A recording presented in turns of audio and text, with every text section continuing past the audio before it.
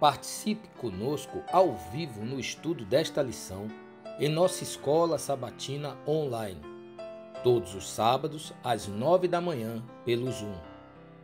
No final deste vídeo, veja como participar. Você é o nosso convidado.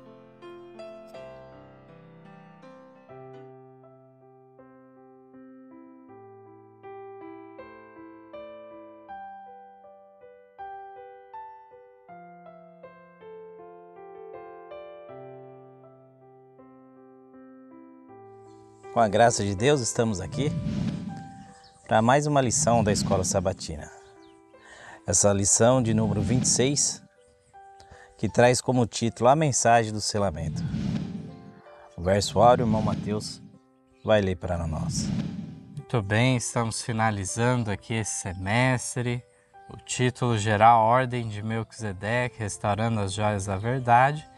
E agora esse último tópico. E claro, o assunto do selamento, como está aqui no verso áureo, está em Apocalipse 7. No verso 4 diz assim: Eu vi o número dos assinalados, e eram 144 mil assinalados, de todas as tribos dos filhos de Israel.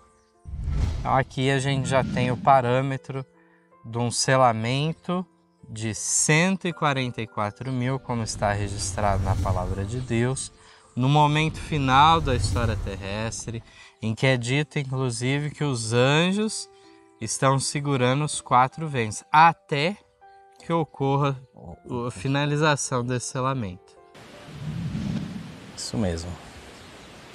Aqui na primeira pergunta está: qual é a obra do terceiro anjo e o que ocorrerá com quem receber o selo de Deus?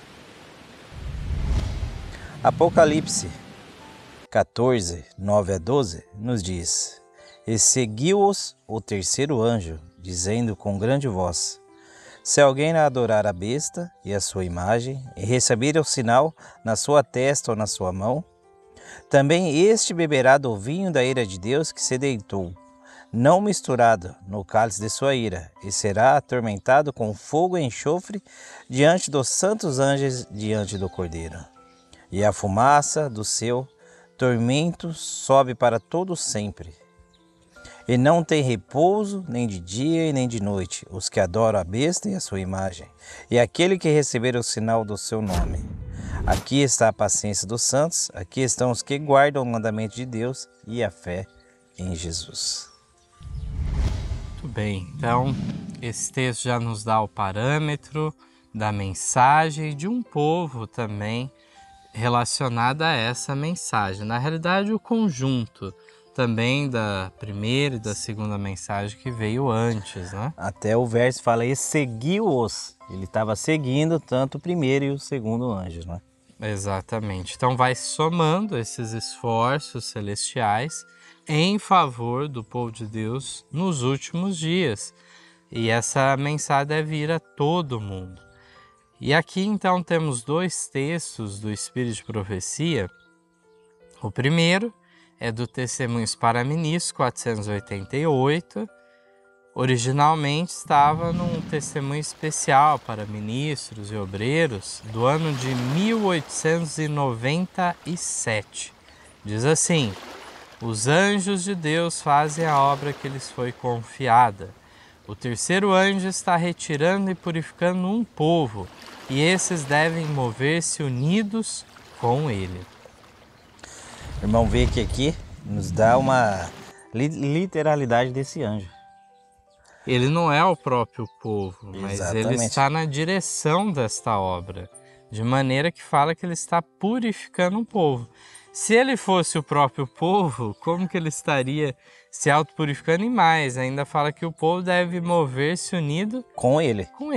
Então está distinguindo, são 2 questões diferentes, mas muitos combatem e dizem: não, é um absurdo dizer isso, da literalidade, porque Apocalipse é símbolo. Sim, de fato é símbolo de um povo aqui na Terra, mas isso não quer dizer que não exista o anjo literal também na direção da obra. Então isso está muito evidente. Aqueles que quiserem se aprofundar nesse tema, temos o grande conflito 312, que fala justamente isso, que em todos os grandes movimentos há um anjo escolhido para estar na dianteira daquela obra. E aqui nós vemos esse papel do terceiro anjo, é um papel tremendo, como nós vemos também no Primeiros Escritos 118. Diz assim: vi então o terceiro anjo, disse meu anjo acompanhante, terrível é sua obra, tremenda sua missão. Ele é o anjo que deve separar o trigo do joio e selar ou atar o trigo para o celeiro celestial. Essas coisas devem absorver toda a mente, a atenção toda. E aí logo mais vamos ver também que ele é o anjo que volta lá para Deus e fala, está feito. Né? Exatamente, então nós vemos que a missão desse anjo tem uma relação direta com o selamento. E respondendo aqui a segunda parte da pergunta, né, o que ocorrerá com quem receber o selo de Deus? Aqui é comparado com o trigo que será recolhido no celeiro celestial. Esses que receberam o selo de Deus certamente não receberam o sinal da besta, que é a advertência desse anjo. Muito bem. Dando sequência aqui, segunda pergunta aqui. Qual o tema da primeira publicação dos Adventistas? E qual mensagem viu a mensageira do Senhor ser proclamada? Em Ezequiel 20, 12 a 20. Também lhes dei os meus sábados para que servissem de sinal entre mim e eles, para que soubessem que eu sou o Senhor que os santifica. Mas a casa de Israel se rebelou contra mim no deserto, não andando nos meus estatutos e rejeitando os meus juízos, os quais, cumprindo-os, o homem viverá por ele. E profanaram grandemente os meus sábados, e eu disse que derramaria sobre eles o meu furor no deserto para os consumir. O que fiz, porém, foi por amor do meu nome, para que não fosse profanado diante dos olhos dos gentios, perante a vista dos quais os fiz sair. E, contudo, levantei a minha mão para eles no deserto, para não os deixar entrar na terra que lhes tinha dado, a qual maná, leite e mel, e é a glória de todas as terras. Porque rejeitaram os meus juízos, e não andaram nos meus estatutos, e profanaram os meus sábados, porque o seu coração andava após os seus ídolos. Não obstante, o meu olho lhes perdoou, e eu não os destruí, nem os consumi no deserto. Mas disse eu e a seus filhos no deserto: não andeis nos estatutos de vossos pais, nem guardeis os seus juízos, nem vos contamineis com os seus ídolos. Eu sou o Senhor vosso Deus, andai nos meus estatutos, e guardai os meus juízos, e executai-os. E santificai os meus sábados, e servirão de sinal entre mim e vós, para que saibais que eu sou o Senhor vosso Deus. Muito claro aí que realmente o sábado é um sinal distintivo do povo de Deus. Isso não é só agora, sempre o foi, em todo o tempo, em toda a época.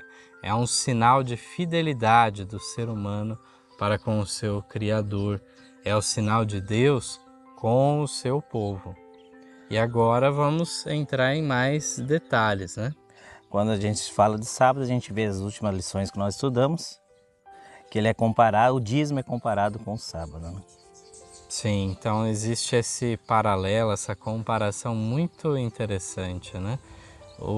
Por um lado, nós temos o dízimo, que é uma separação de uma parte da renda para Deus, enquanto que o sábado é uma divisão temporal, né? Uma parte do nosso tempo para Ele. E olha que interessante agora o texto do Vida e Ensino 128, que relata justamente qual era essa mensagem. Numa reunião efetuada em Dorchester, Massachusetts, em novembro de 1844, foi-me concedida uma visão da proclamação da mensagem do assinalamento e do dever que incumbia aos irmãos de publicarem a luz que resplandecia em nosso caminho. Depois da visão, eu disse ao meu esposo: tenho uma mensagem para ti. Deves começar a publicar um pequeno jornal e mandá-lo ao povo. Seja pequeno a princípio, mas lendo o povo, mandar-te-ão meios com que imprimi-lo, e alcançará bom êxito desde o princípio. Desde esse pequeno começo foi mostrado a semelhar-se a torrentes de luz que circundavam o mundo. Então, em 1848, é trazida essa mensagem de começar esse pequeno jornal. O tema para essa primeira publicação era justamente a mensagem do selamento. Então, hoje, de nada adianta haver um certo ufanismo de dizer, então, olha, estamos com a nossa revista em todo o mundo e essa mesma revista agora rejeitar aquele primeiro assunto apresentado. Então, houve um desvirtuamento pelo caminho. Sim. Aqui nós vemos que essa mensagem era algo essencial de ser pregado e que Deus abençoaria.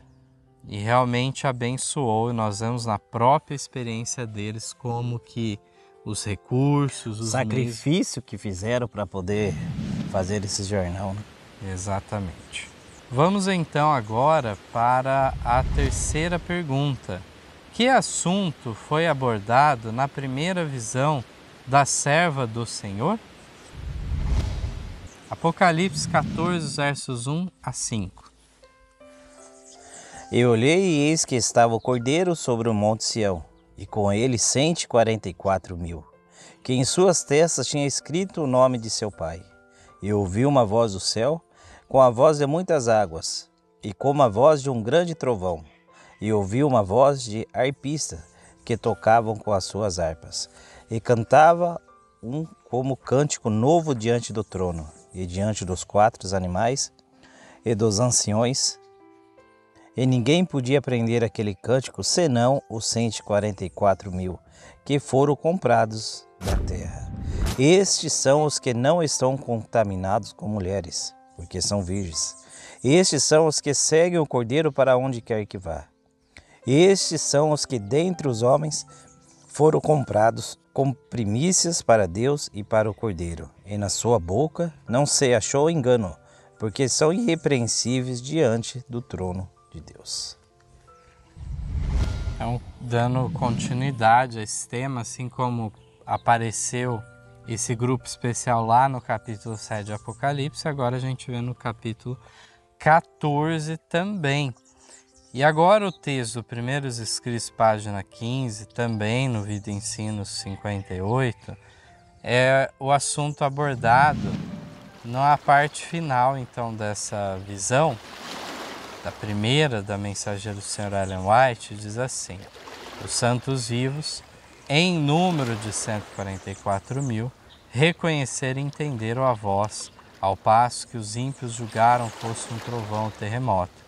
Ao declarar Deus a hora, verteu sobre nós o Espírito Santo, e nosso rosto brilhou com o esplendor da glória de Deus, como aconteceu com Moisés, na descida do Monte Sinai. Os 144.000 estavam todos selados e perfeitamente unidos. Em sua testa estava escrito Deus, Nova Jerusalém, e tinha uma estrela gloriosa que continha o novo nome de Jesus. Por causa de nosso estado feliz e santo, os ímpios enraiveceram-se e arremeteram violentamente para lançar mão de nós, a fim de lançar-nos à prisão, quando estendemos a mão em nome do Senhor, e eles caíram indefesos ao chão. Foi então que a sinagoga de Satanás conheceu que Deus nos havia amado, e lavávamos os pés uns aos outros, e saudávamos os irmãos com ósculo santo, e adoraram a nossos pés. Queria muito que comentar sobre esse texto. A primeira observação que eu gostaria de fazer é que é literal esse número. Do contrário, não se enfatizaria, por exemplo, nesse texto, os santos números em número. Isso ela detalha exatamente o número, né? Exato. Aqui também fala dessa questão de eles estarem a essa altura todos selados e perfeitamente unidos. Todos os 144 mil está vivo. E alguns usam esse texto para dizer que esse grupo só se compõe de pessoas vivas por ocasião da volta de Cristo. O que é ignorado é a sequência cronológica, que aqui já é depois da ressurreição especial. E aqueles que tiram essa realidade de que na ressurreição parcial de Daniel 12, existe os que traspassaram a Jesus, os mais acessos inimigos da verdade que ressuscitam, da classe dos ímpios e da classe dos justos. Que classe é essa? Aqueles que retiram 144 mil não têm uma resposta para isso.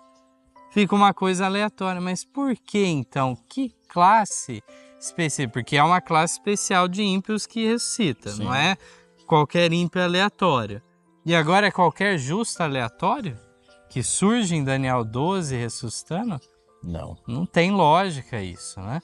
Então, nós vemos que no início já da sétima praga ocorre a ressurreição especial e aí estão o quê? Unidos, já em número de 144 mil. Todos vivos. Todos vivos. E não se fala de outra classe, inclusive de vivos, a não ser esses 144 mil, justamente por ocasião da volta de Cristo. Aqui na parte final, ainda fala da sinagoga de Satanás. E aqui fala também o que foi que a diferença, né? O que 144 mil tinha?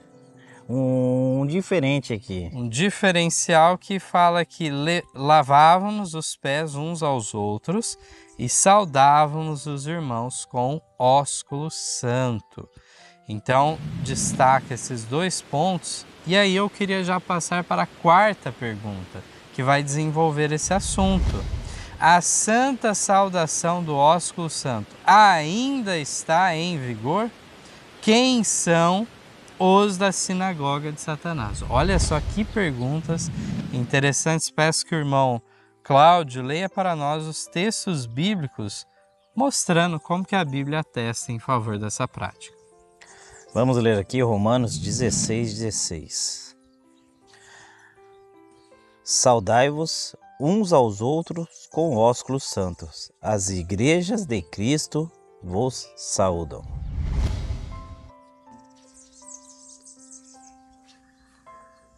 Todos os irmãos vos saúdam.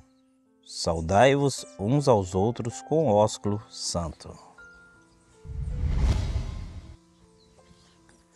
Saudai a todos os irmãos com ósculo santo. Saudai-vos uns aos outros com ósculos de amor.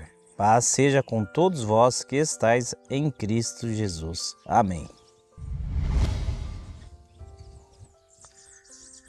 Conheço as tuas obras, e tribulações e pobreza, mas tu és rico, e a blasfêmia dos que se dizem judeus e não são, mas são a sinagoga de Satanás.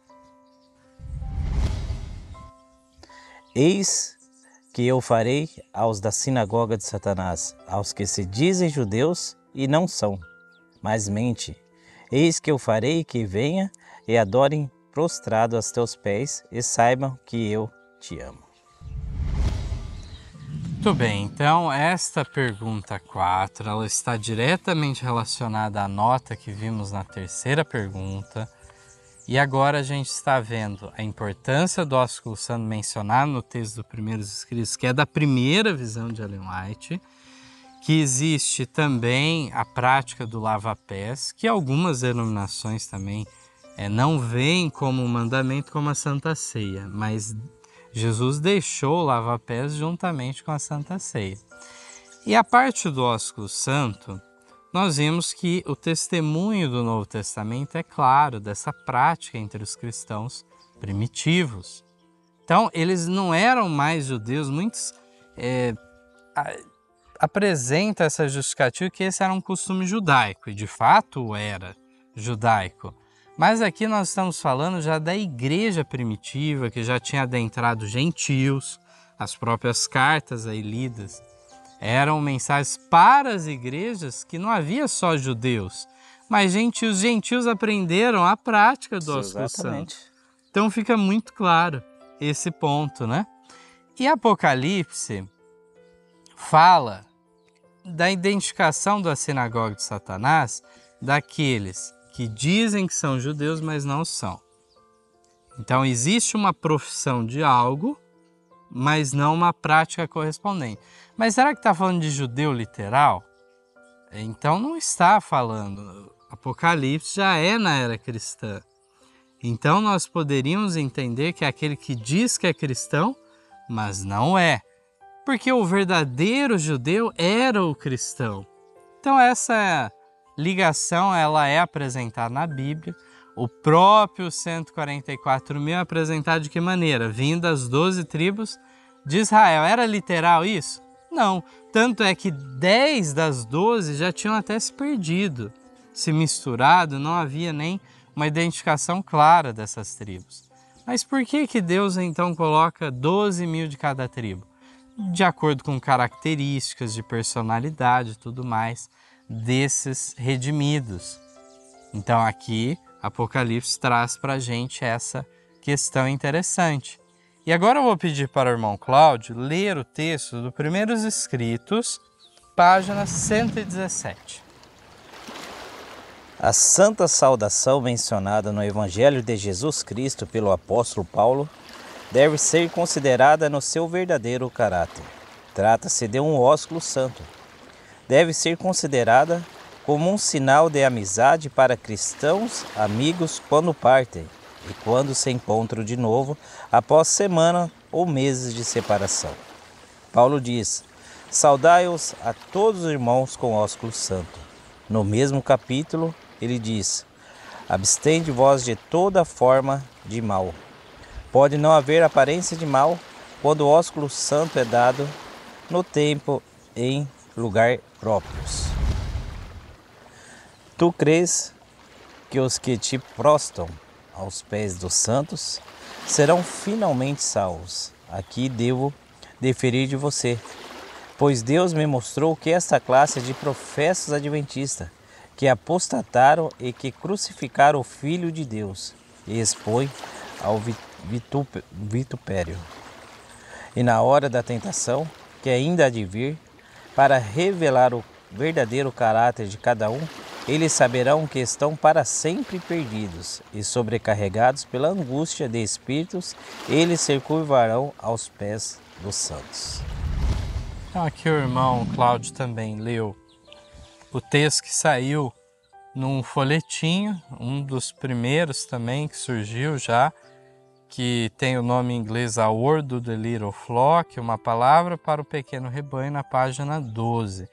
Que é um texto muito semelhante ao que já lemos lá do Primeiros Escritos, da primeira visão, mas com algumas diferenças também, inclusive identificando que essa classe da sinagoga de Satanás que vai se prostrar é de professos adventistas.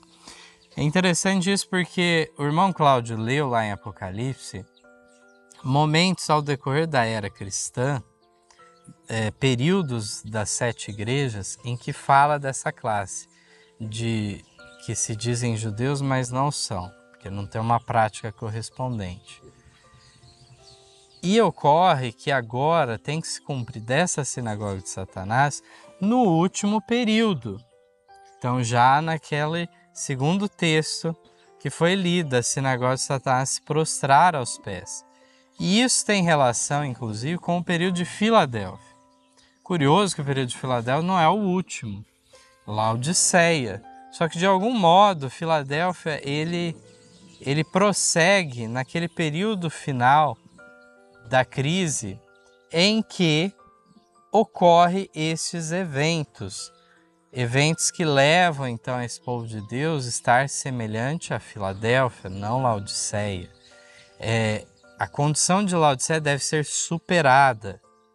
Não deve-se haver justificativas indevidas para justificar o mal, o pecado, a apatia espiritual.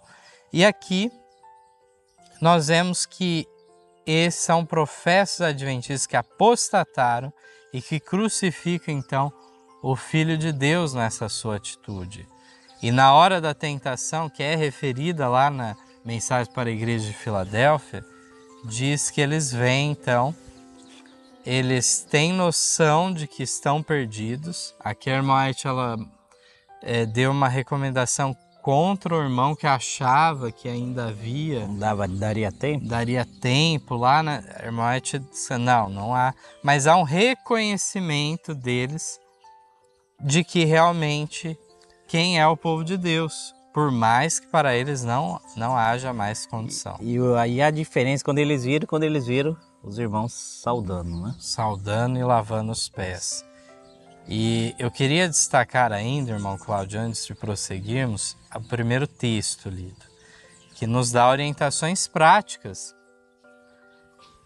Essa santa saudação, a irmã White está querendo dizer o seguinte, olha, a saudação que os cristãos praticavam, ela deve ser considerada no seu verdadeiro caráter, seu verdadeiro sentido, seu verdadeiro propósito, prático. E aqui, aí ela na sequência fala que trata-se de um ósculo santo. Ela está explicando o verdadeiro caráter da saudação dos cristãos.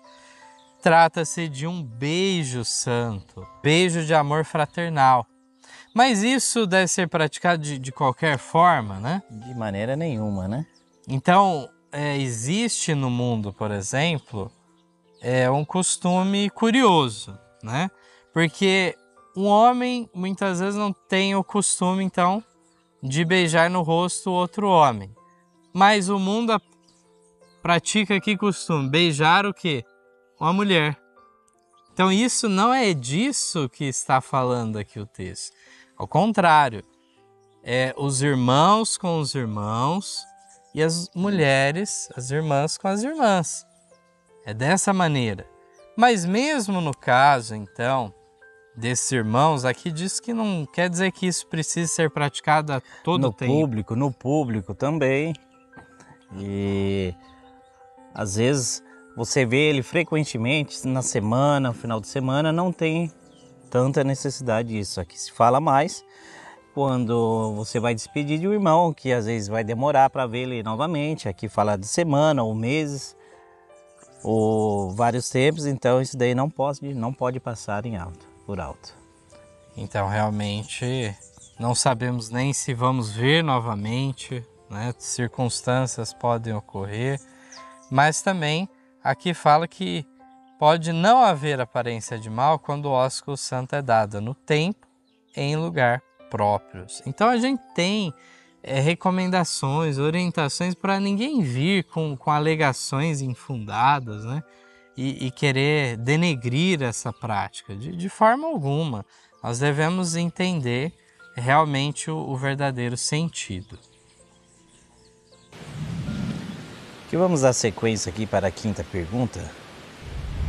Quais outros textos igualmente nos evidenciam que estamos vivendo nesse tempo de selamento? Apocalipse 7, de 1 a 4.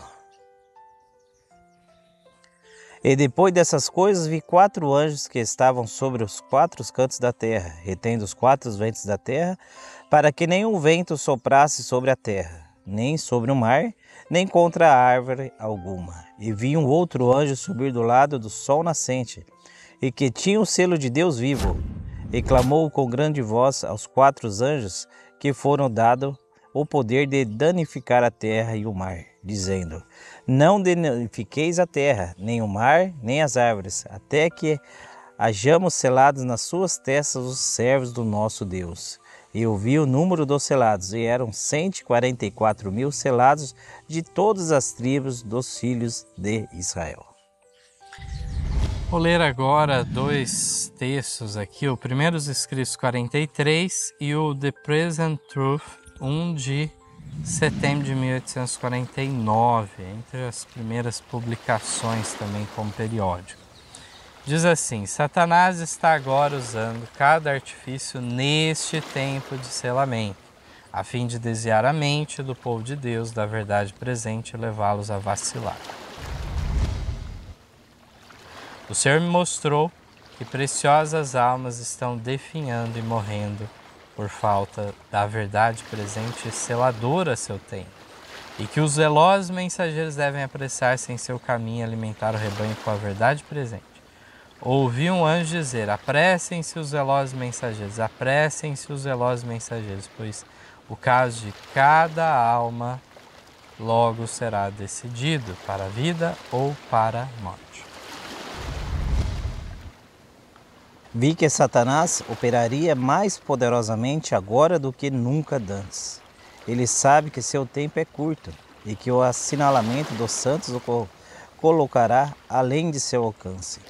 Ele agora opera de toda maneira que seja possível e experimentará toda a sua insinuação para fazer que os santos não estejam em guarda e fazê-los adormecer sobre a verdade presente ou dela duvidar, para os impedir de ser assinalados com o selo do Deus vivo. Procuremos com todo o poder que Deus nos tem dado estar entre os 144 mil. Muito bem, vários textos aqui diferentes comprovando que estamos sim vivendo no tempo do selamento.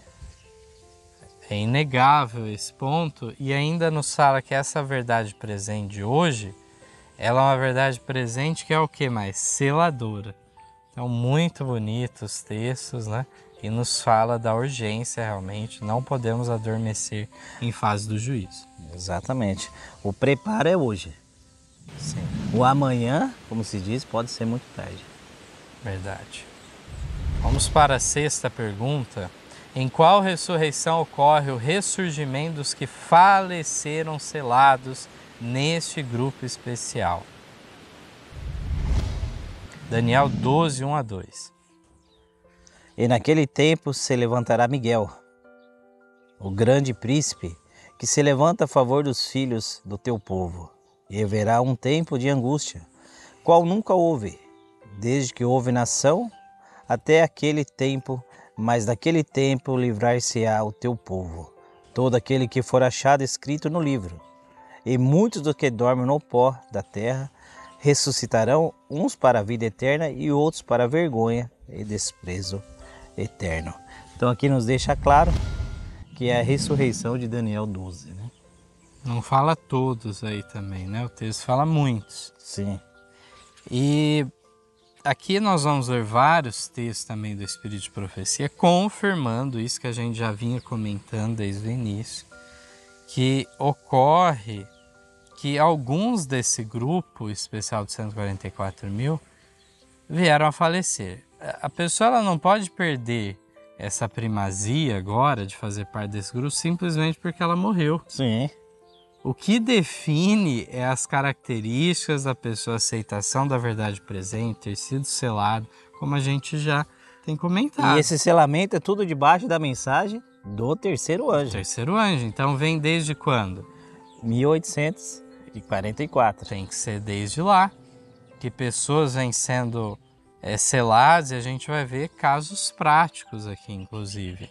Então, dessa maneira, fica claro que a pessoa que teve a sua fidelidade e depositou as suas obras, agora finalizou, né, indo ao túmulo, vai ressurgir para fazer parte desse grupo. Uma parte desse grupo vai estar vivo na volta de Cristo, mas já estava vivo desde a ressurreição especial, mas outros vão ser agregados que vieram a falecer ao decorrer desse tempo. Grande Conflito 637 diz assim: abrem-se sepulturas, e muitos dos que dormem no pó da terra ressuscitarão, uns para a vida eterna e outros para a vergonha e desprezo eterno. Todos os que morreram na fé da mensagem do terceiro anjo saem do túmulo glorificados para ouvirem o concerto de paz estabelecido por Deus com os que guardaram a sua lei. Os mesmos que o traspassaram, os que zombaram e escarneceram da agonia de Cristo, os mais acérrimos inimigos de sua verdade, povo, ressuscitam para contemplá-lo em sua glória e ver a honra conferida aos fiéis e obedientes. Vamos dar uma pausa aqui antes de continuar. Esse texto do Grande Conflito 637 confirma até as palavras de Jesus quando estava sendo julgado, que Anás e Caifás verão o retorno de Cristo, que eles ressuscitam nessa ressurreição especial para ver essa glória. Isso já tinha sido predito por Jesus, que eles não veriam mais ele a não ser nesse momento dele retornando em glória e majestade. Na classe dos justos é importante destacar o que é dito aqui.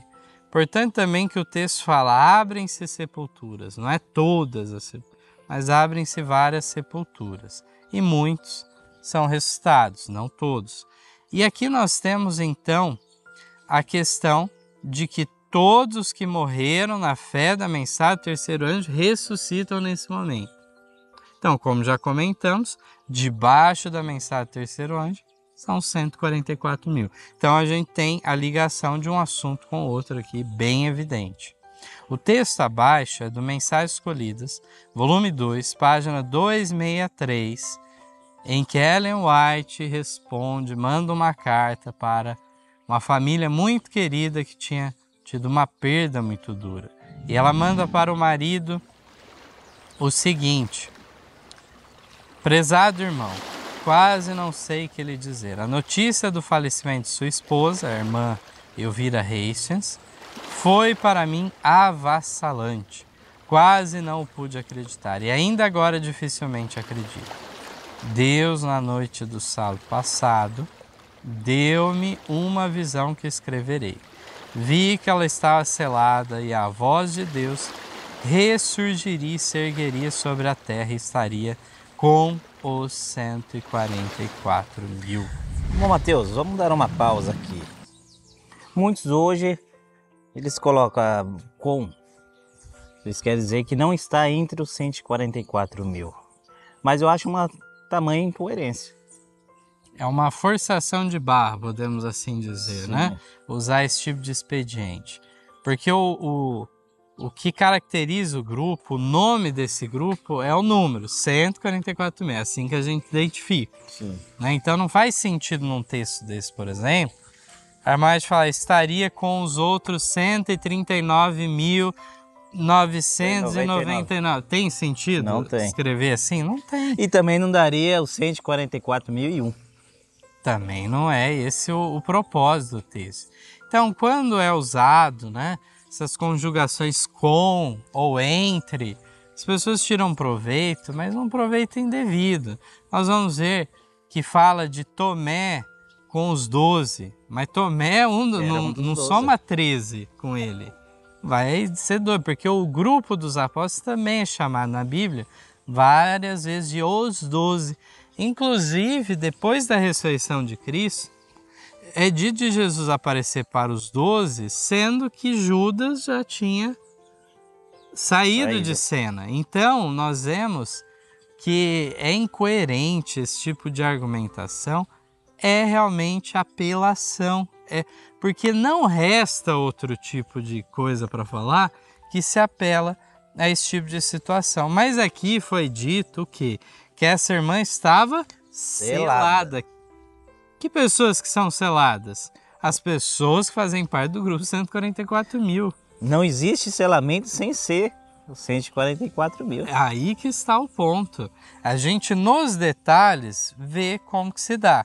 Também um outro ponto, que a irmã White deixa claro, é a voz de Deus que ela ressurgiria. Então é na ressurreição especial que ela está apontando este fato. Então é realmente para fazer parte daqueles que a gente leu no texto do Grande Conflito que morreram debaixo da mensagem do terceiro anjo. Um outro detalhe ainda que eu queria dizer é que isso não foi mera opinião de Ellen White. Ela diz que recebeu uma visão de Deus e ela passou a relatar a confirmação da salvação daquela irmã e que isso servisse de ânimo para aquela família enlutada que viessem a reencontrá-la. Vamos agora nos próximos textos aqui da Review Herald de 21 de abril de 1868, diz assim: o irmão e a irmã Nichols estava entre os primeiros que abraçaram o sábado e liberalmente entregaram seus recursos para sustentar a causa em seu início. Foi o dinheiro dela que sustentou nossas despesas desde suas portas em 1844 até a primeira conferência de crentes na terceira mensagem, realizada em Rock Hill, Connecticut. Desses que então levaram a cruz e com seus meios sustentaram a causa, se tem esforçado e sofrido pelo bem de outros e morrido na esperança, é dito: bem-aventurados os mortos que desde agora morrem no Senhor. Sim, diz o Espírito, para que descansem dos seus trabalhos e as suas obras os sigam. Onde que está essa promessa? Apocalipse 14, 13. Então, até o 14:11, vemos a mensagem do terceiro anjo.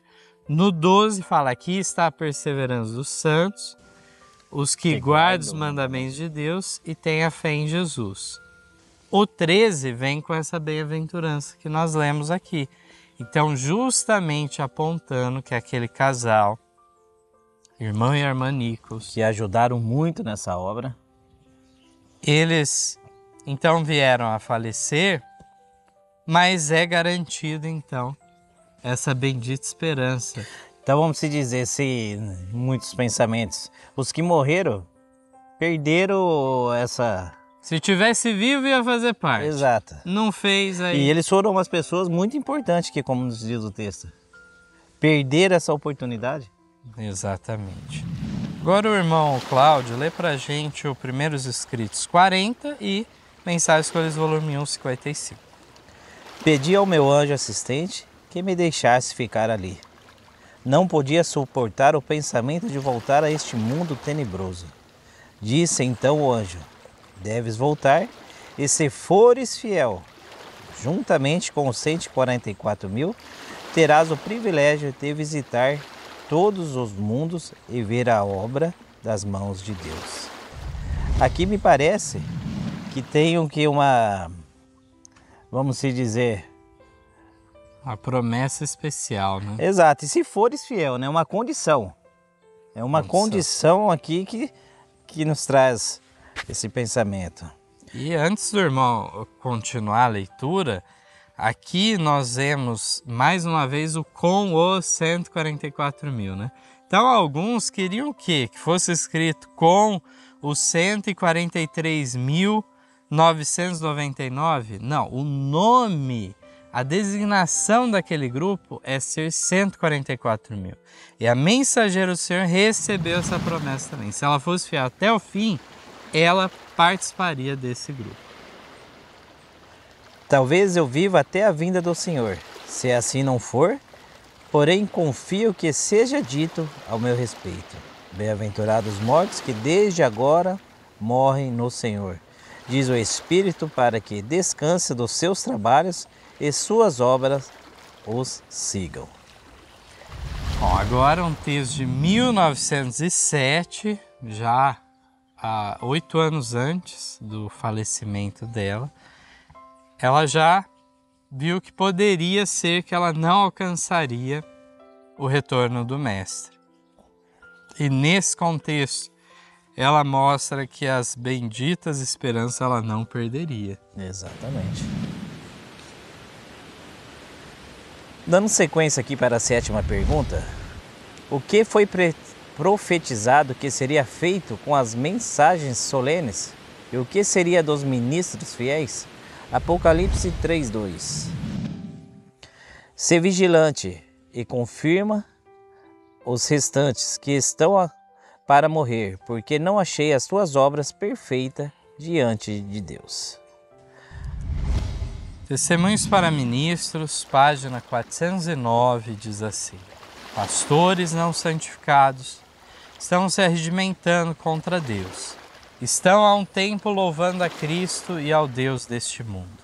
Ao passo que professam receber a Cristo, abraçam Barrabás e por seus atos dizem: este não, mas Barrabás. Atentem bem todos quantos leem essas linhas. Satanás vangloriou-se do que lhe é possível fazer. Ele cuida em dissolver a união que Cristo em oração pediu que existisse em sua igreja.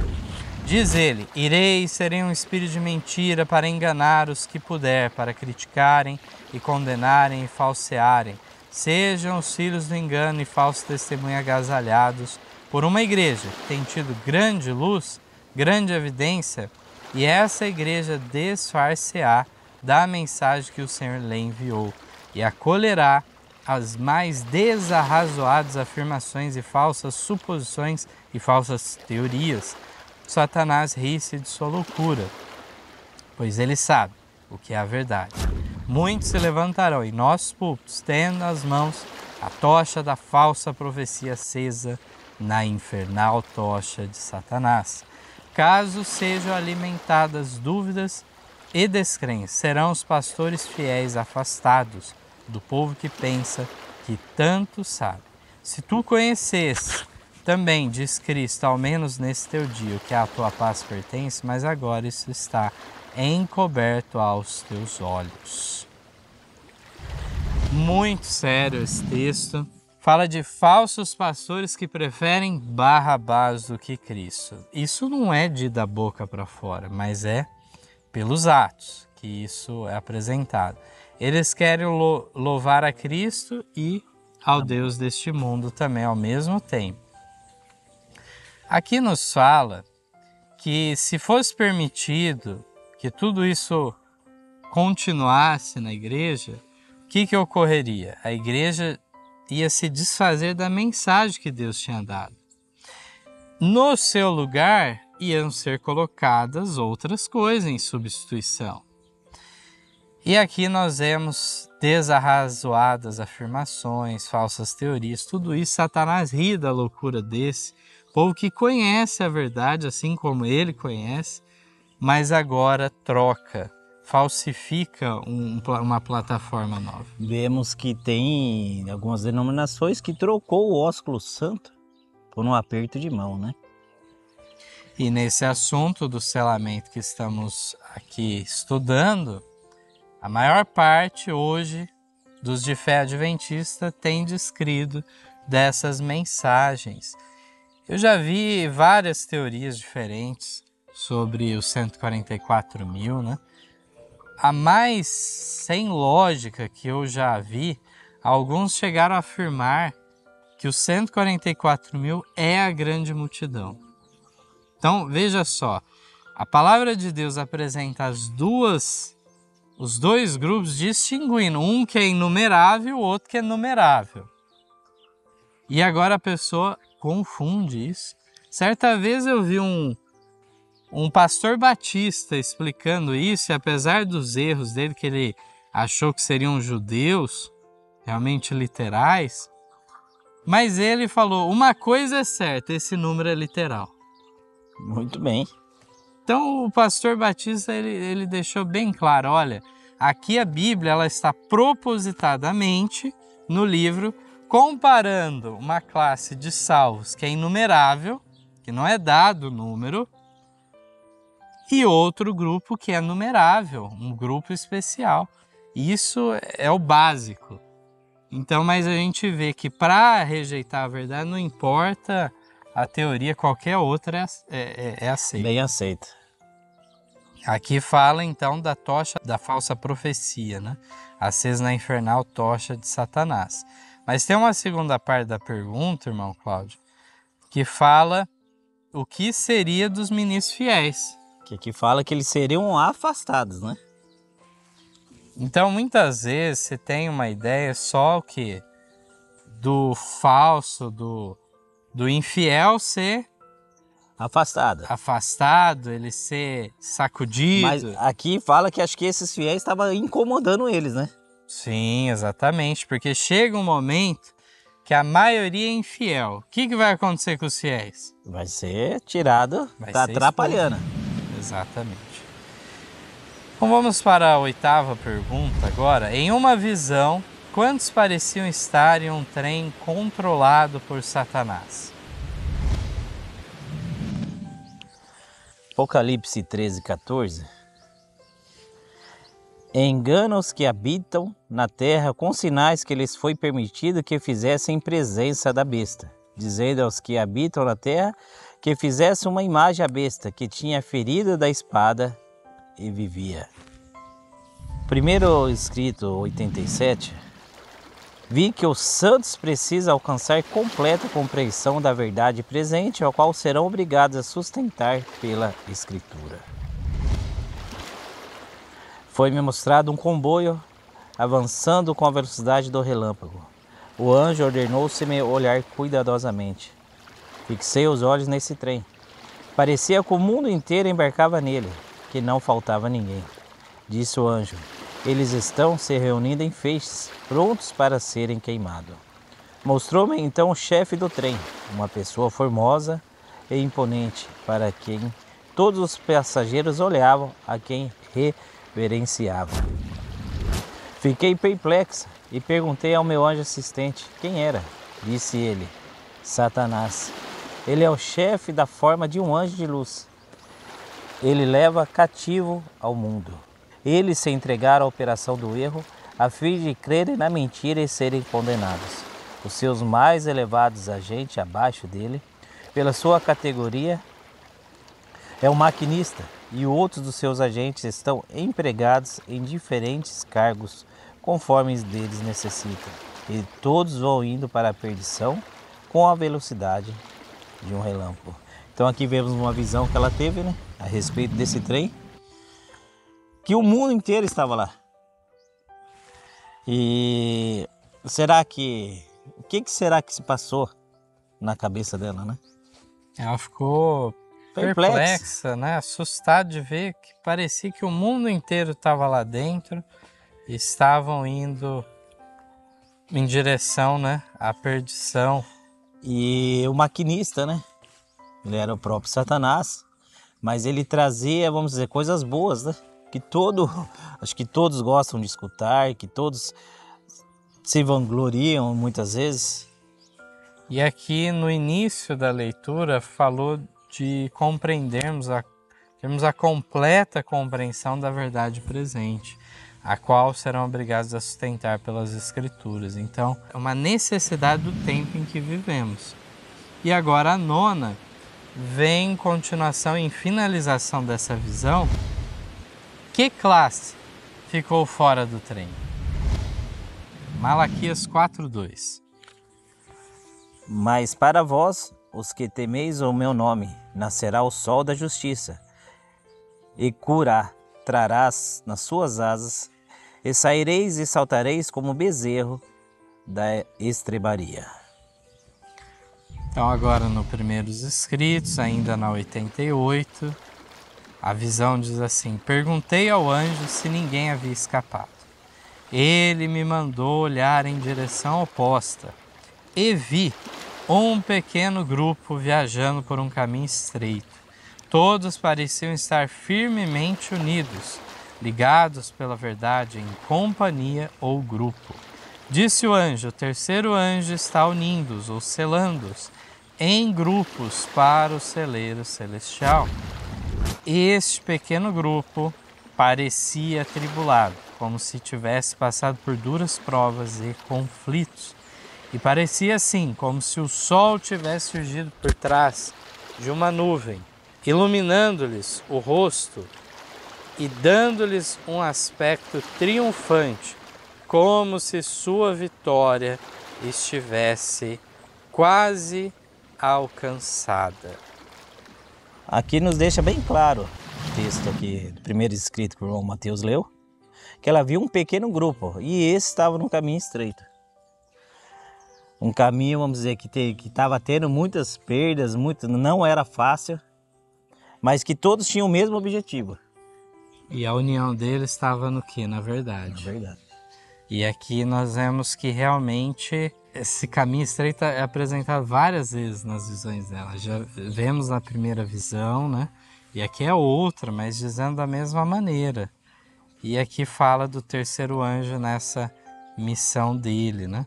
Então realmente é algo esclarecedor, os textos, a gente vai ler num lugar, outro em outro, e é maravilhoso vermos a coerência, a harmonia entre eles, né?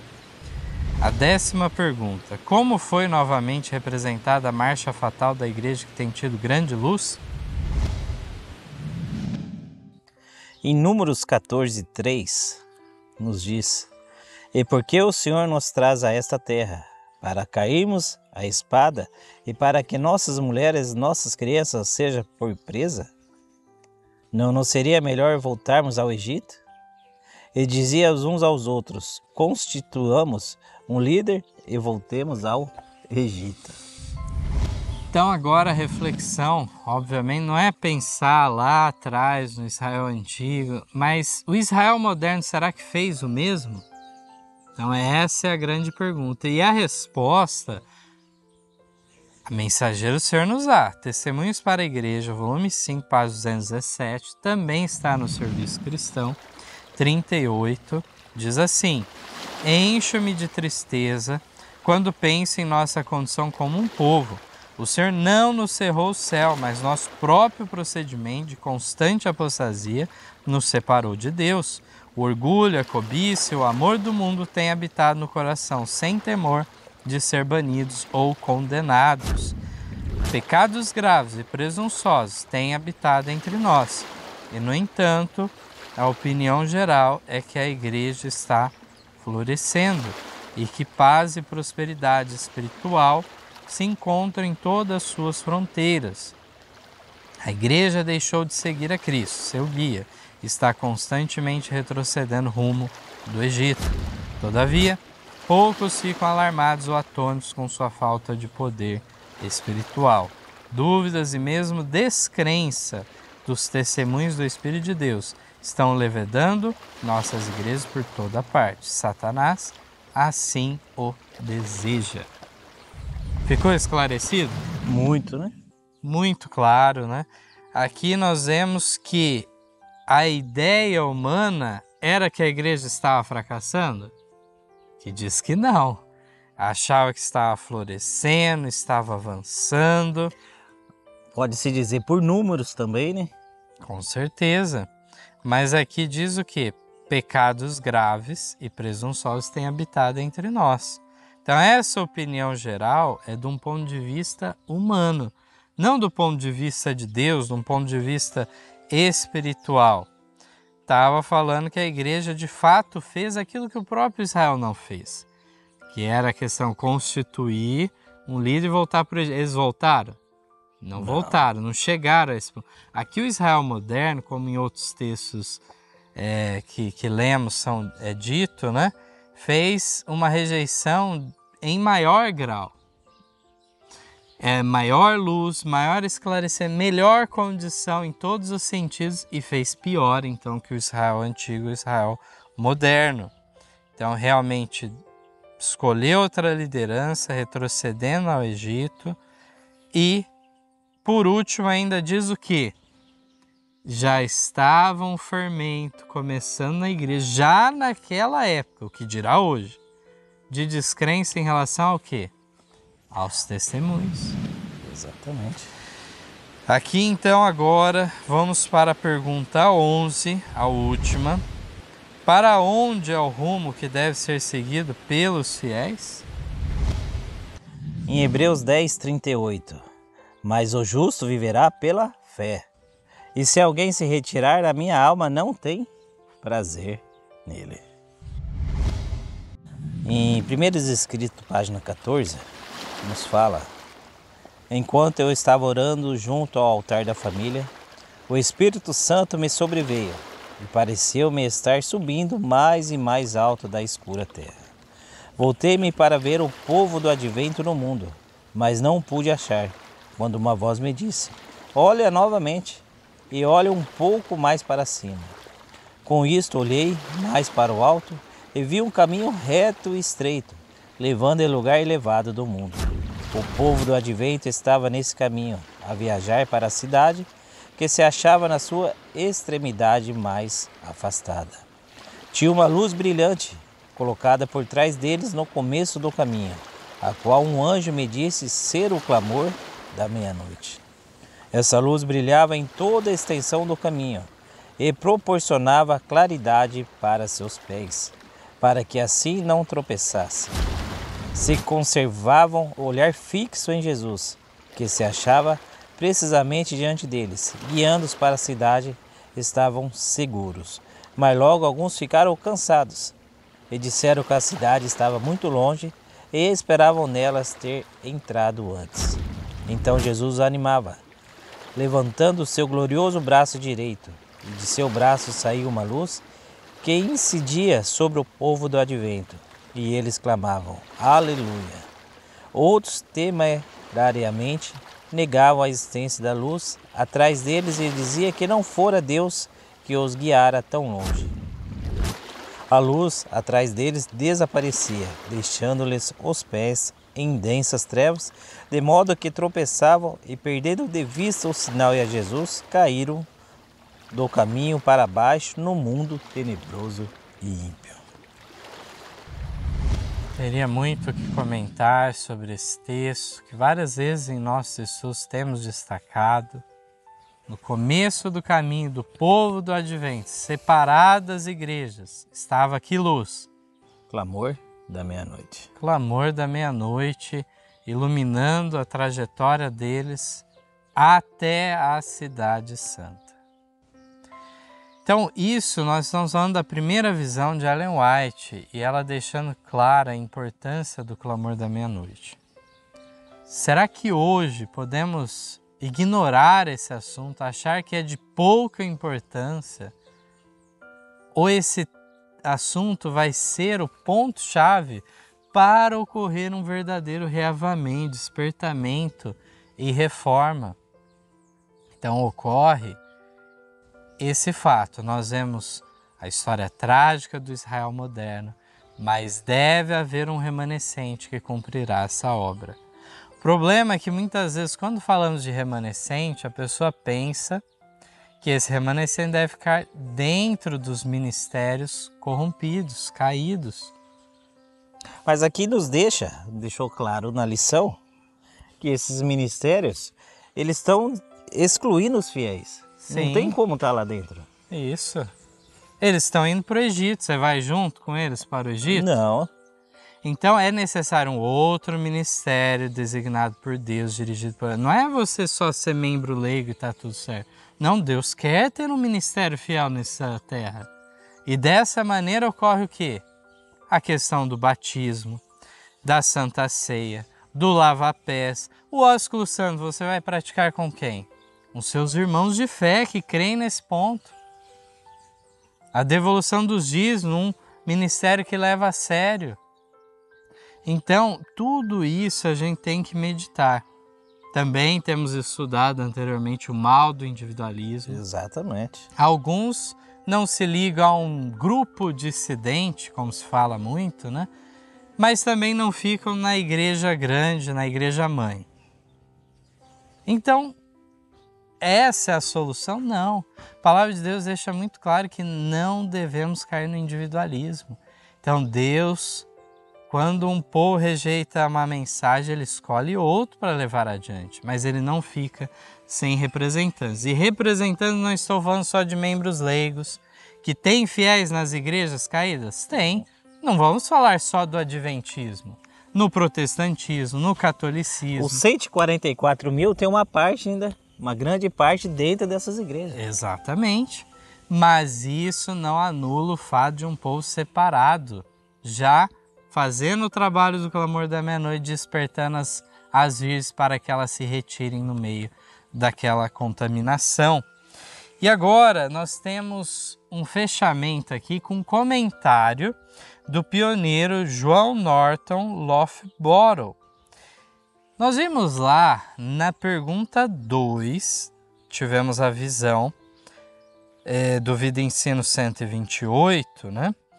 E lá falava de como que deveria começar a proclamação, né, da mensagem do selamento, começando um pequeno jornal. E à medida que começasse, o povo ia enviar meios para continuar. E no final desse pequeno começo foi mostrado que no final já estava com torrentes de luz que circundavam o mundo. Então aqui mostrando o desfecho final justamente que a tríplice mensagem angélica deve ir a todo mundo. Isso se concretizará plenamente com a vinda do outro anjo, Apocalipse 18. Nós tivemos um cumprimento parcial da mensagem do primeiro anjo lá de 1840 a 1844.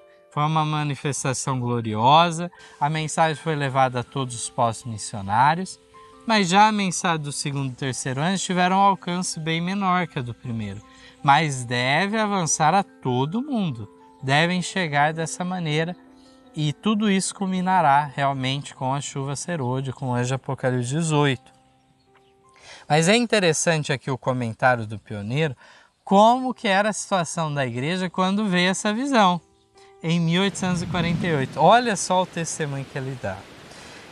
Está no seu livro O Grande Movimento Adventista, página 231.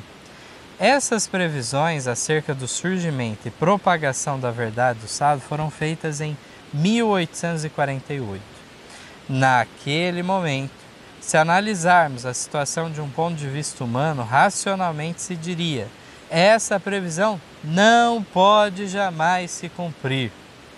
Alguém comentou com um de nossos trabalhadores logo após a previsão ser feita: vai demorar 144 mil anos para realizar o que vocês propõem. O que? Diriam eles. 3 pregadores, o irmão White e sua esposa e o irmão Bates, todos sem dinheiro, com menos de 100 adeptos, todos desprovidos de dinheiro, saindo com algumas centenas de exemplares de um panfleto de 80 páginas sobre a questão do sábado para soar uma mensagem de alerta a todo mundo.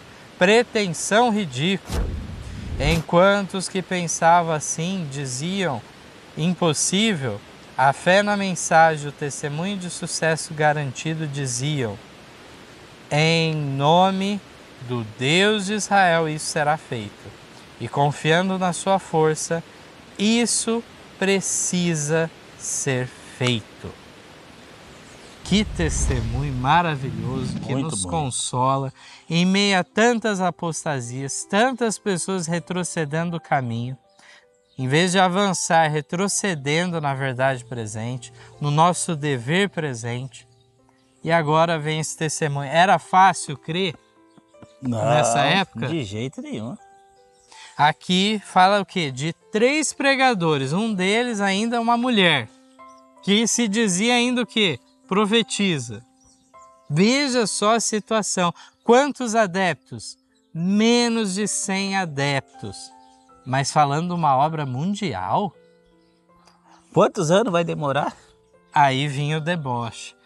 Baseado no quê? Na mensagem que eles tinham. Que mensagem que eles pregavam? 144 mil. Eles achavam, vocês nunca vão... Vai demorar 144 mil anos para vocês conseguirem isso. Então vejamos que a obra está sob a direção de Deus. E devemos ir adiante confiando nas suas promessas. O texto nos fala que o final da obra é fora de qualquer planejamento humano. Exato, não vai ser uma questão simplesmente de esforços institucionais, humanos, de estruturar, estabelecer tudo. Não é isso. Não que sejamos contra a organização, mas isso não é o ponto-chave para entendermos como vai se cumprir isso. O que Deus quer de nós agora é o quê? Fidelidade a Ele. E com essa fidelidade, Deus vai abençoar os nossos esforços. Serão bem-sucedidos esses esforços. E assim será chamada as pessoas para a aceitação dessa obra. Antes de finalizarmos, então, essa lição, todo esse semestre que estamos aqui concluindo, com a lição 26, eu queria dizer mais uma vez do papel da parábola das 10 virgens, do clamor da meia-noite em nossos dias, a necessidade de um despertamento baseado nessas mensagens. que essas mensagens solenes dos últimos dias nos tragam a claridade de que sim, é parte da missão desse remanescente despertar o próprio adventismo que se encontra adormecido. Isso é o que nós encontramos na mensagem do clamor da meia-noite, que não é para o mundo simplesmente de modo geral, ainda que possa ser pregado eventualmente, mas é para despertar aqueles que já são virgens, ou seja, aqueles que já têm o conhecimento da tríplice mensagem angélica. Conhecedores do assunto do santuário. Isso, exatamente. Então essa é a missão do clamor da meia-noite, trazer esse despertamento, assim como quando estudamos a parábola dos 3 convites do Evangelho, estamos à altura em que, enquanto que o ministério tenha sido rejeitado, devemos agora buscar as ovelhas perdidas da casa de Israel. Esse Israel moderno foi rejeitado e o remanescente, à semelhança da obra de João Batista, de Jesus, deve agregar essas ovelhas de Israel que estão sem um verdadeiro pastor. E agora, nessa obra, se levantará um povo preparado para subsistir na crise final e dar o último anúncio ao mundo, a última advertência, o último convite, para que então finalize essa obra que será em uma glória que excederá o que aconteceu no Pentecostes. Então que Deus abençoe, que essas mensagens tragam mudança real em nossas vidas. Esse é o nosso desejo e a nossa oração. Amém. Que Deus abençoe a todos e que nós não estejamos dentro desse trem. Que nós estejamos preparados para a gente estarmos entre os 144 mil. Que Deus abençoe a todos. Em nosso site vocês encontrarão estudos, notícias, dicas de saúde, além de todas as nossas lições. Participem conosco através da nossa página no Facebook e assistam todas as nossas lições através do YouTube.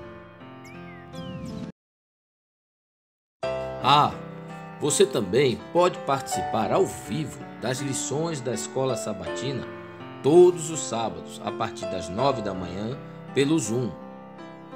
Ligue ou mande uma mensagem para os números de WhatsApp que aparecem na tela e venha estudar conosco. Você é o nosso convidado.